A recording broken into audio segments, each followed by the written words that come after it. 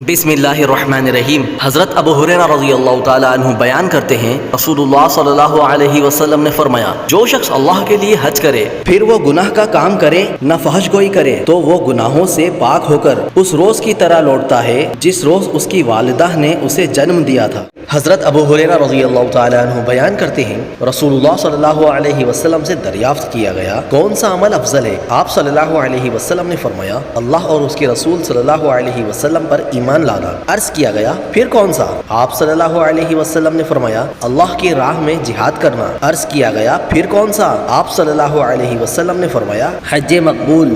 حضرت ابن عباس رضی اللہ تعالیٰ عنہ بیان کرتے ہیں، ایک آدمی نبی صلی اللہ علیہ وسلم کی خدمت میں حاضر ہوا تو اس نے عرض کیا، میری بہن نے حج کرنے کی نظر مانی تھی لیکن وہ فوت ہو چکی ہے۔